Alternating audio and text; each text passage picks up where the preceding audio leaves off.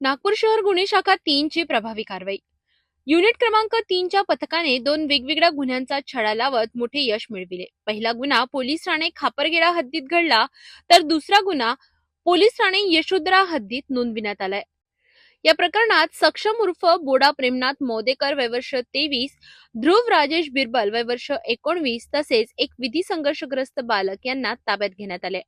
आरोपींकडून 5 gram सोन्याची अंगठी, 5 तोळे सोन्याची लगड आणि एक दुचाकी असा एकूण 7,40,000 रुपयांचा मुद्देमाल जप्त करण्यात आलाय। ताब्यात घेतलेल्या आरोपींची वैद्यकीय तपासणी करून पुढील कारवाईसाठी मुद्देमालासह आरोपी ठाणे कोपरखेडा येथे त्यांना हजर करण्यात आले। नमूद आरोपींची संपूर्ण माहिती सिम्बा ॲपमध्ये नोंदविण्यात आली असल्याची माहिती पोलीस प्रशासनाने दिली।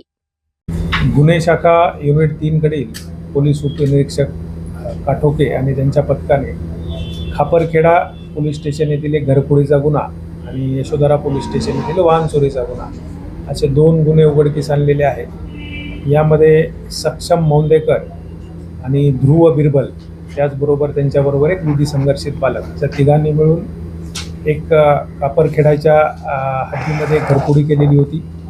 त्याचप्रमाणे यशोधरा नगर पोलीस स्टेशनच्या हद्दीमधून वाहन चोरी केलेली होती। या तिघांनाही आम्ही ताब्यात घेतलं होतं। त्यांच्याकडून जे काही वाहन चोरलेलं होतं ते वाहन, त्याचप्रमाणे 6 तोळ्याच्या आसपास सोन्याचे सोनं आणि मुद्देमाल आम्ही हस्तगत केलेला आहे।